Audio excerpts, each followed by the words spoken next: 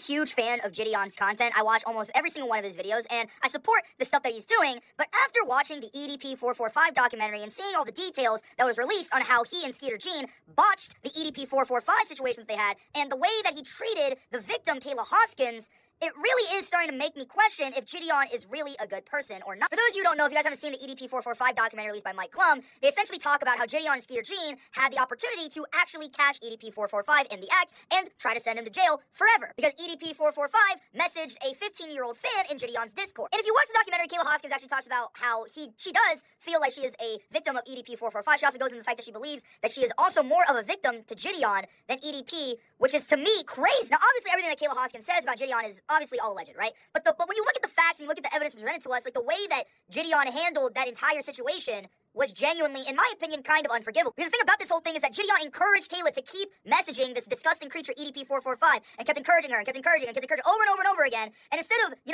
actually benefiting off of the patience and the endurance that Kayla Hoskins put into actually talking to EDP-445 and being patient and actually trying to get a sting operation to catch EDP and arrest him, they jumped the gun way too early and decided to just, jump him and confront him at a dialysis center, which entirely botched the entire situation, and it led to the fact that EDP couldn't get convicted for this because Gideon and Skeeter Jean wanted to get a viral video out there, totally ruining all of the shit that Kayla Hoskins had to endure to try and get this dude sent to prison. And it kind of is shitty because Kayla Hoskins had to go through all that horrific, nightmarish bullshit while Gideon and Skeeter Jean get to just line their pockets with millions of fucking thousands of dollars off that. I'm still a fan of both of them, but you can't sit here and say that that's not fucking disgusting and gross. Because whether you like to admit it or not, you essentially victimized this teenage 15-year-old girl at the time for your own benefit. But anyways, I think this documentary by Mike Klum is actually a very, very amazing documentary. It's super good. I recommend you guys go and watch it. It revealed a lot of things about EDP-445 and about the YouTube predator catching space in general as well. And it's also going to a great cause. Like, all the money's going to RAIN. It's like a nonprofit organization that helps with sex abuse crimes. So I think it's all going to a good cause. But yeah, this documentary revealed a lot of stuff about Gideon. I